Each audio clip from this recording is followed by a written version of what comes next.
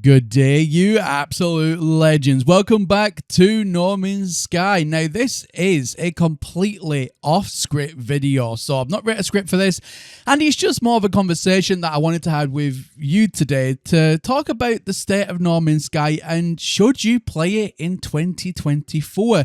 Now, that was on my mind this morning, like, what is the state of the game currently, and is it worth your time and investment? So, yeah, before we do get into that today, however, can I just ask a massive favour from your wonderful selves? Can I please just ask for you just to double check for me that you are still subscribed to the channel? The reason being is, as we know by now, YouTube goes ahead and unsubscribes you, the viewer, from your favourite YouTubers. Without your knowledge or consent, it is a widespread problem. But can you please just double check for me that you are still subscribed? And if you need to resubscribe, please do resubscribe. And if you have been watching me for a while and you like what I do, then why not consider hitting that subscribe button? Anyway, ladies and gentlemen, let's get right on into today's video. So first of all, let's talk about all the recent stuff that's happened with No Man's Sky in regards to fixes and obviously updates and things like that, which has made the game essentially probably the most stable that it's been in a long while. There has been reports, however, on consoles and things like that of games crashing and not being able to load up games again.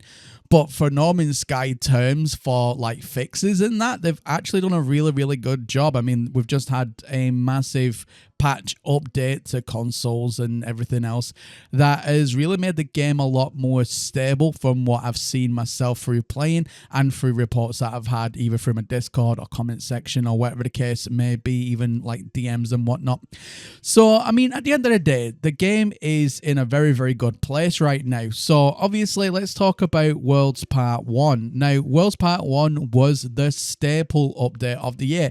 And in my opinion, it was probably the biggest update in the last 2 to 3 years at least. And the reason I think that is just because of the new graphical quality, the water physics, and obviously we have now more variations with planets. So we have, as we all know now, the new floating islands, which we also know is going to be a feature in the upcoming title from Hello Games, Light No Fire. So that's very, very exciting stuff. And we know that the two games use the same engines. So that's probably why they are actually in No Man's Sky right now, the floating islands, as a way to test it and to polish them before, obviously, it gets grafted over. I said grafted over while the technology is being worked on both titles, which, again, is very, very, very awesome stuff. And then, obviously, before Worlds Part 1, we had Orbital. And Orbital, at the end of the day, was another very, very, very good update. I mean, it brought in the new space station type Bs. I think was Orbital the one that brought in the new space station type Bs? I'm sure it was Orbital. It was either Orbital or Omega. I want to go with Orbital that it brought in the new space station type Bs. But either way, I mean, Orbital, and then we had Omega, obviously, previous to that. Now, Omega, we got, like, all the Pirate Dreadnought stuff. That was amazing. And again, before that, we had Echoes, and before that, we had the Interceptor update. I mean, absolutely amazing updates. I mean, and those are just, like, the last previous kind of, like, 5 major breaking updates that we've had with No Man's Sky, and each one of those updates significantly improved the game in different areas in different ways and essentially made the game what it is today. And at the end of the day, I mean, yeah, we can all speculate on what Worlds Part 2 is going to be like and beyond. I mean, we did have the teaser from Mr. Murray where he showed obviously the 3 blurred out tiles in the collage of images where it has all like the collage posters of every single update tile. So, I mean, we know that there are 3 more additional updates to come. Now, like I said to you in the last few videos, that I don't think it's going to be, we're going to get 3 this year. I think we might get an additional one this year to last us over the Christmas and New Year period, and then going into next year, then we'll get the additional 2. But it's kind of like Hello Games' way to say, look, we're still fully committed here to No Man's Sky, and we've got 3 new updates. And obviously, with Worlds Part 1 being called Part 1 as well, we can expect that one of those updates, whether it be the next one or the one after, will be Worlds Part 2. And with the technologies that World Part 1 brought, it's really kind of like one of those things where I can't wait to see what the team do or does with Worlds Part 2, because how can they top Worlds Part 1 with all the graphical fidelity? I just really don't know how they're going to top it. I really don't. So, I mean, to be fair, like, I wouldn't expect them to do like another graphical overhaul again, like so soon, because I think we've just had the latest and greatest on what the engine and the modern technology is capable of at the moment. So obviously I'm not expecting a fully graphical overhaul. So how can they change the game in a different way? Well, with Worlds Part 2, I heavily suspect it's going to be more on the lore of the game. They might bring in some new eye candy kind of features, but I'm not talking like with graphical settings. I'm talking about like eye candy as in maybe new skins for your character, new skins for even what I talked about the other day, where we have obviously the Liquidate Minotaur now, with obviously all the new parts. So, I mean, how cool will it be to actually have like custom parts for the other exocraft? Maybe that's something they could do. I mean, I heavily suspect that we are going to get something amazing with Worlds Part 2. I don't know what it is, but I suspect it will be amazing, because the last few updates, like I've said, have been absolutely incredible. So, I mean, at the end of the day, I can only sing praises for No Man's Sky in 2024. It is an absolute staple. And I think if anybody who hasn't picked up No Man's Sky in a while, like got the game, played it for maybe the first year or two of release, or even just a few months of release or whatever, and then never touched the game again, now would definitely be a time to play, because it's changed. Like, from the game that released and what the game is now, it's almost like an entirely new, different game, and it's almost like it's been worked on by a AAA game studio, but it's not. It's still the same indie dev team that we all know and love. So definitely pick it up, and if you're not playing in a while, or even the last 6 months even, like, the game has changed in such a big dramatic way that there's just so much content to do. And obviously as well, like in the last few videos that I've done, I talked about this mod, even though it's not really a mod. It is and it isn't. It's weird how it works. So it's like a file system that if you're on like PC, if you're on Mac, if you're on Linux, so that also covers the Steam Deck as well, then you can play old expeditions using this. I'm just going to call it a mod just for simplicity, using this mod. And you can play every single expedition that has ever happened in No Man's Sky, which is such a big, massive deal. Because it means you can go all the way back to the very first one, or the second one, which is like, I think it was Beachhead, I believe it was called, or something like that, where you can go ahead and play all these old expedition titles and unlock the rewards and bring them back over to your main save character.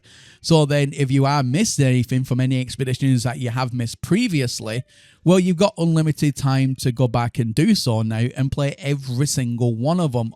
Or even just go back and see how different things are now, because with the new graphical fidelity that Worlds Part 1 brought, obviously we've got the new volumetrics in the clouds, the new weather system, the waves, and everything, all the new planet generation stuff. Then going back playing the old expedition from the first one onwards, it actually changes it in such a very fun, unique way that it's almost like how No Man's Sky was supposed to be, and it doesn't distract or break anything like with the expedition, but it only adds to it. And it's almost like, you know, how the creators intended it to be played. Well, now you can play it with all the latest and greatest technologies as well that has just been updated. So again, it's an absolutely fantastic mod to go and do. I'll have a link to that in the video description of this video as well if you are interested in going doing that. And I'll even have a link to the video that I made showing you how to install it, how to do it. And it's fairly straightforward. It's not rocket science. And even multiplayer as well. Multiplayer for the most part seems to be working more or less. It seems to be the most stable that it's been in a while. However, saying that, a couple of comments on a few recent videos has said, you know, that multiplayer isn't working for them. Like, for example, trying to connect a PC to a console. So whether your friend is playing on an Xbox and you're playing on PC or PlayStation or whatever the case may be, there still seems to be some kind of cross compatibility issues. But playing on the same system. So if you're playing a friend with a PC and you're on a PC, that seems to work fine. An Xbox on an Xbox, that seems to work fine. But this is the caveat with the Xbox, and the same goes for the PlayStation as well. It's the most stable if you're on the same generation system. So, for example, an Xbox, the latest Xbox and the latest Xbox will connect usually no problems. But if an Xbox tries to connect to the last gen Xbox, then there's an issue. Again, for the PlayStation 4 to the PlayStation 5, there's issues. But a PlayStation 5 and a PlayStation 5, no problem. PlayStation 4 to the PlayStation 4, a bit iffy, but usually no problems. The last generation stuff, just obviously with it being last generation, with all the latest and greatest fidelity improvements and everything else, and multiplayer on top of that, is a lot to handle. And for the last generation systems, it can be a little bit of a tricky situation. However, overall, stability-wise, from what I've seen and heard, it all seems to be going very, very well. And at the minute, you always know when the game is in a really, really, really good point, because it is super quiet right now from Mr. Murray's Twitter page. There's no bug updates. There's nothing on experimental that's being pushed through with a patch. Everything seems to be patched up and everything seems to be going swimmingly, which is absolutely fantastic. So now, as long as everything keeps like that, then the next thing we'll really hear from Mr. Murray or the team is probably going to be the next update to come, when he starts obviously giving us the emojis and so on, which, you know, looking at the date now, we're going to be looking roughly around about the October-November time. I would say heavily more on November when we might be able to get an update, which isn't too long to wait by any stretch of the imagination. But yeah, I mean, at the end of the day, ladies and gentlemen, there we go. I just wanted to have a quick conversation with you guys, completely off script, and just kind of like how I feel about the game currently, what's been brought obviously new over the last, like, you know, 4 or 5 updates. And yeah, I mean, altogether, I feel like the game is in a fantastic place right now. And if you've not played the game in a long while, then definitely do give it a try again. And you'll see for yourselves the new graphical quality and the updates that has happened. And yeah, it's almost like a brand new game again with all the latest stuff. That's what I feel like. So yeah, definitely play No Man's Sky in 2024. You won't regret it. It's a brilliant game. But, you know, still, let me know what you think about today's video, ladies and gentlemen, in the comment section down below. And as always, my name is Professor Cynical, and I'll catch you all again in the next one. Bye for now.